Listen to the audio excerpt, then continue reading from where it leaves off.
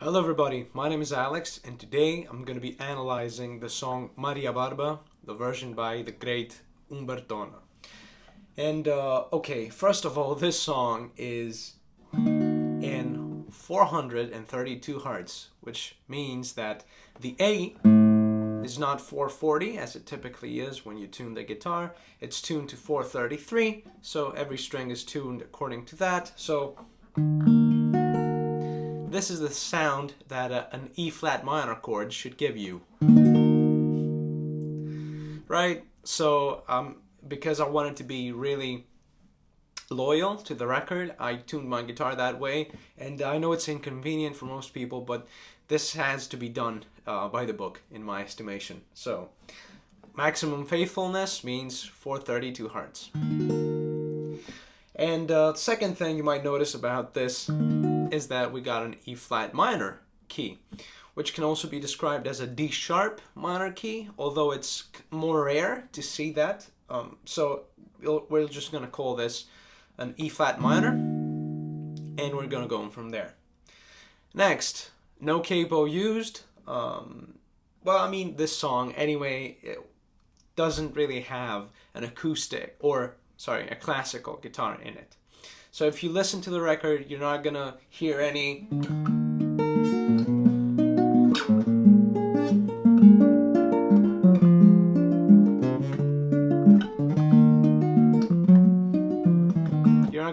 of that. You're only gonna hear one Cavaquinho at your right ear, and you're also gonna hear a bass. Somewhere there's a bass, just doing the bass notes. So the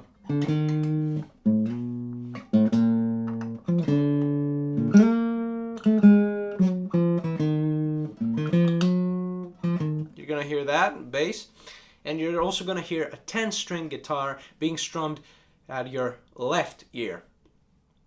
Especially if you got good headphones, they got good what we call sound staging. So that means all the instruments, all the space all the listening space is wide enough so you can pick out the different instruments at different parts of the sonical, well, what would you call it? Anyway, the space that you hear, right? So left ear, you can hear a 10-string guitar. Right ear, you can hear a Cavaquinho. Somewhere in the middle, I think there's a bass, maybe to one side a bit or to the other. And then you got the lead guitar, obviously, Humbertona playing.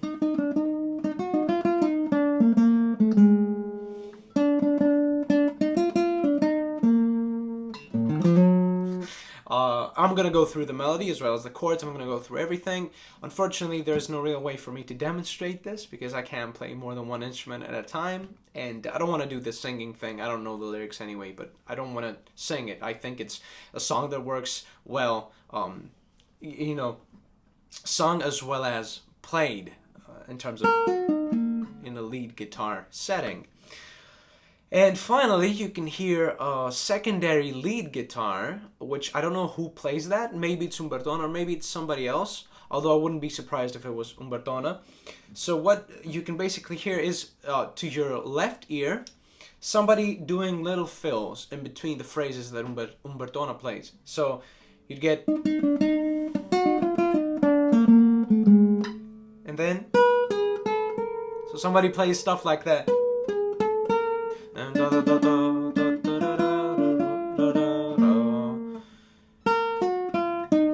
Somebody plays, little fills like that just to make the song more interesting, which is actually one of the great things about having multiple players at the same time. They don't have to do anything big, anything too important. They can just play a few notes, but with their simple touch, add so much interest to the song. And it's one of the reasons why I think, really playing in a big band is really important to get a great sounding record.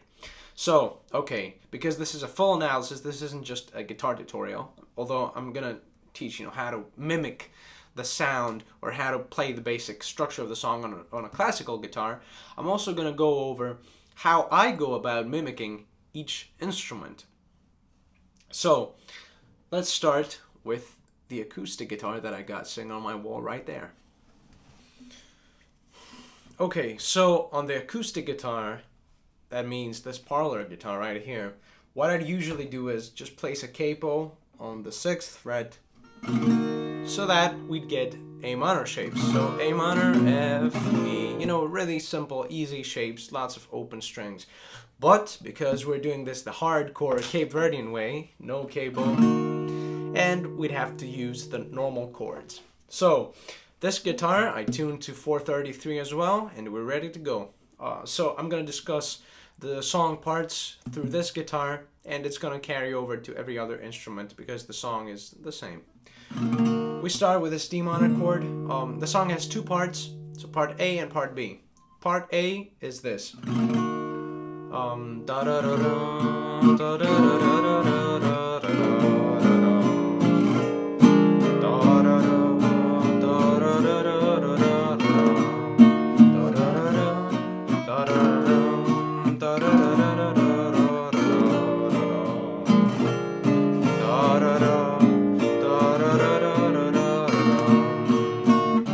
And then we get to part B.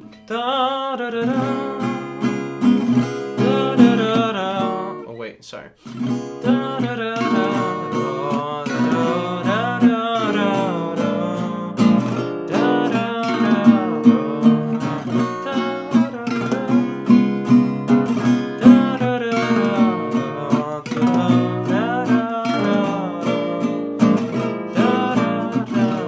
So basically, as you could tell, part A is just one harmonic idea repeated 2 times, or, you know, played one, repeated again, so 2 times, and then same thing goes for the chorus of the song. So it's basically verse, chorus, although both things change, so it could be verse type 1 and verse type 2. It doesn't matter. Part A and part B is the simplest and most convenient way, in my estimation, of viewing this. And the chords aren't hard at all. They're actually very easy. So part A, so B, E flat minor, da da da da da da da da da. That's a B chord, da da da da. So B flat 7 chord, da da da da da da da da da da. D minor again, da da da da. And then I change the shape to put the 3rd here. Da da da da da da da da. Again, the same thing. Da da da da. B flat. Da da da da da da da da da. D sharp minor. Da da da da. Then we go to our 7th chord, which is this C sharp 7, dominant 7 chord. So da da da da da da da da. Key again. E flat minor. Da da. B, da da da da, B flat, da da da, E flat minor, da da da da. Again, the same thing. C sharp 7, da da da da, E flat minor, da B, da da, B flat 7, da da da da. And that's all, really. I mean, that's the whole song. The band loops it 3 or 4 times.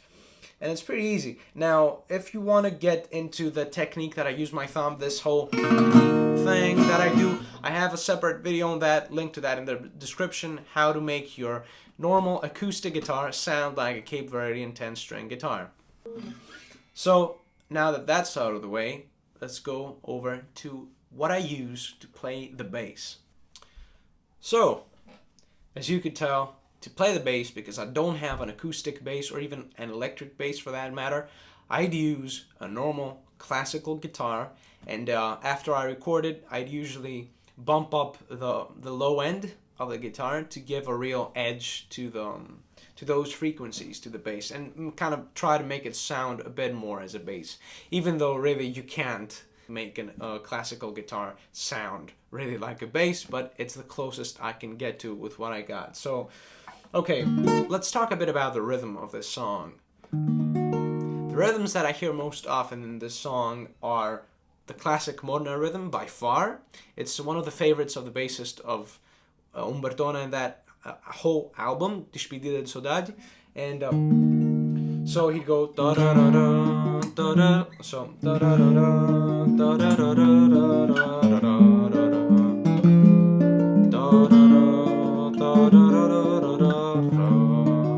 And then specifically at this point, someone, I don't know if it's the bass or if it's Humbertona himself doing it, maybe on the guitar, because it sounds a bit more high-pitched than the bass parts, but somebody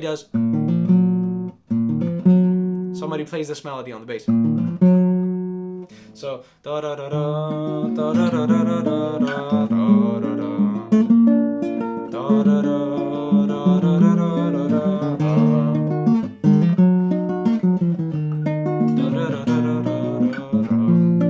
So this is the main thing about the bass. Classic Morna rhythm, classic Morna bass. And I'd even do the fingerings. I wouldn't just play bass. I'd do the fingerings as well to add a bit more depth, something more dynamic to the song, although you can skip that because you got pretty strong acoustic strum guitars that give a very epic sort of feeling, so you might not want to mix those two. The softer kind of arpeggiated classical and the strong, strummy acoustic guitar. As well as this classic Morna rhythm, you also get a bit of Morna galop vibes in terms of the bass, what the bass is doing. So you get some lines like that, 1, 2, 3, 4, or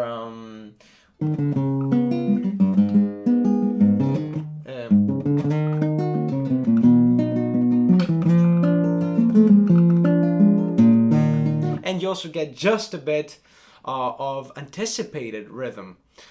So what this anticipated rhythm basically means is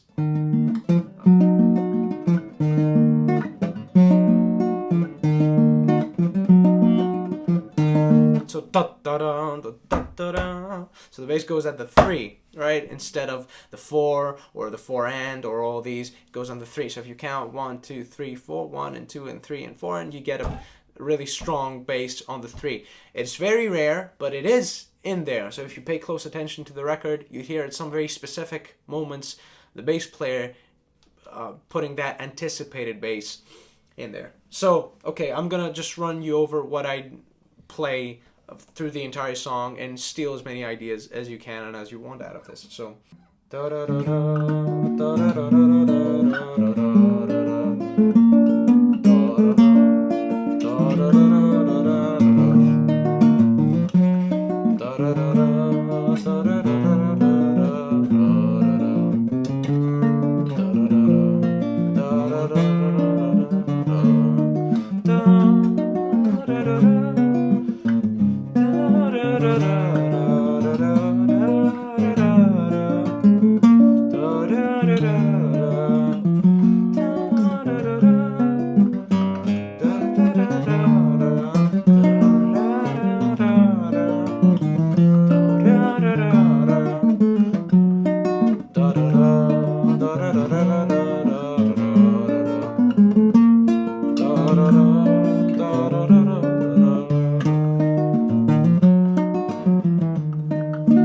Get the point. These sorts of bass things going on. Okay, now let's talk about the second lead sort of guitar, so the backing lead guitar for a minute. The guitar that does these little sorts of melodies over top in between what Humbertona is doing. I'd normally go for a classical guitar to do these melodies, even though it's not it's not something that's set in stone. You could also use an acoustic guitar to do these melodies, but I find that it's a good thing to have a bit of contrast between these two guitars. So if you use an acoustic guitar to do the melody, you want a classical guitar to do these counter sort of melodies over top. If and again, the opposite thing, if you're using a classical guitar to do these, to play the lead melody, you use an acoustic guitar to do the counter melodies, so that there's a bit of contrast in the high end of the record and of the song, and you don't really get these mixed up. Although you can also use classical guitar for both. It's kind of hard to use acoustic for both, but so you do whatever you want. And the way I'd go about playing these sorts of lead lines is make sure I don't infringe on the space of the lead guitarist, because really he's the focus of the song. I'm just there to help. So no long lines like that, or things like this should better be kept in your back pocket, and you should you should only go for stuff like, or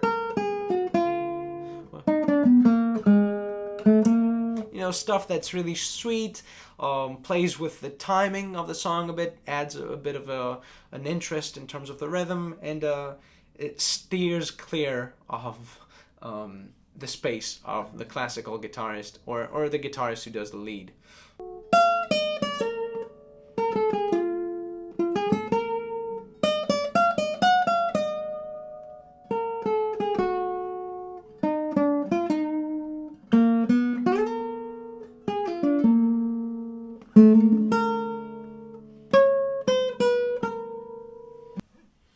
Now let's talk about the Cavaquinho. The way I do that is I'd use my ukulele, because I don't have a Cavaquinho, but I don't really recommend it as much. You can do it, and you have to if you really don't have a Cavaquinho and you don't have access to one. And I'd play it like a Cavaquinho, but do it at your own risk. And then finally, for the lead guitar, let's talk about the solos of Humbertona and how great they are. So the song starts with part B, half of it. So da, da, da, da.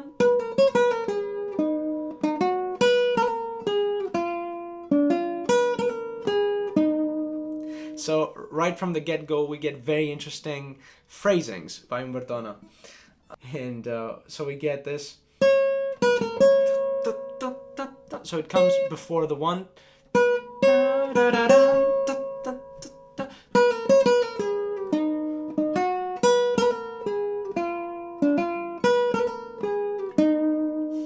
Very, it keeps you on the edge of your seat, right? And then we start with the melody, the main part of the song. So part A. And what I always like to do here is go the extra step and go down below. So add all these extra notes. So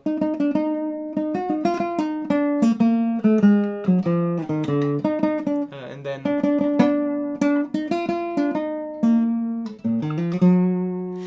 I just, I think this is all important to have this as one thing, They're not separate things. It's not just a separate bass doing whatever it wants, a separate classical guitar doing whatever it wants, a separate secondary lead guitar, where, everything is part of one thing. So you get a...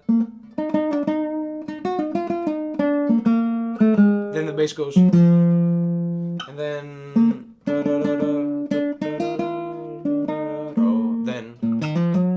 So there is this sort of call and response, even in these very short time frames that the instruments have to interact with one another. So.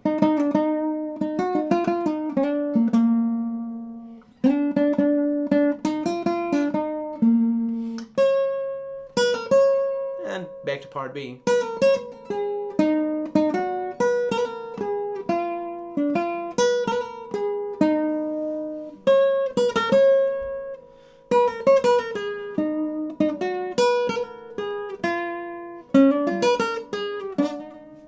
And of course, because this is Morna, this is improvisational music, my suggestion would be to improvise. So take what you can from Humbertona, the things that you like about his phrasing, so that is where he places his notes in the rhythm, in the bar, and improvise. Do your own thing, man. Start playing around with different melodies even. So